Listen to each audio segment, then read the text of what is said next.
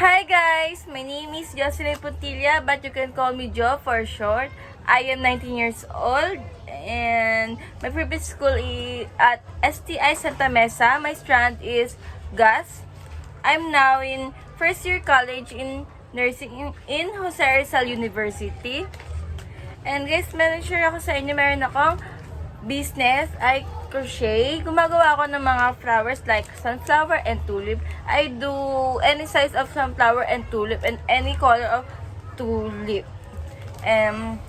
Ito, papakita ko sa inyo yan. Ito yun, sunflower and tulip. And meron din ako dalawang dog, pero ito sila, si Ganda at saka si Pogi. Si Pogi nandito kasi narinig niya po kasi ako nagsasalita. So, pag narinig kasi ako na ito nagsasalita, lumalapit talaga siya. Ito po si Pogi. Ang dumiya kasi. Saan ka mo, girl? Si Pogi.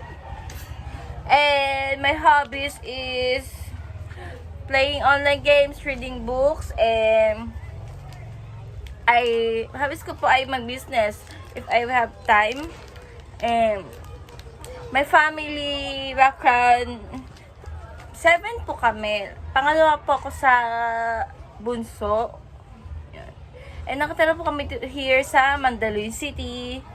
And guys, may talent ako. Hindi ko alam kung talent po to. Hindi ko po alam kung talent to. Pero, sumasayaw po ako in TikTok. Kaya sumasama ng sayaw ko. Yan. And nag-vlog din po ako. I vlog yan na a day in my life. Chuchu. Yan po. Meron po akong page. Ito pa ang page ko. Follow me po. Good luck sa first year nursing in TRU. Bye!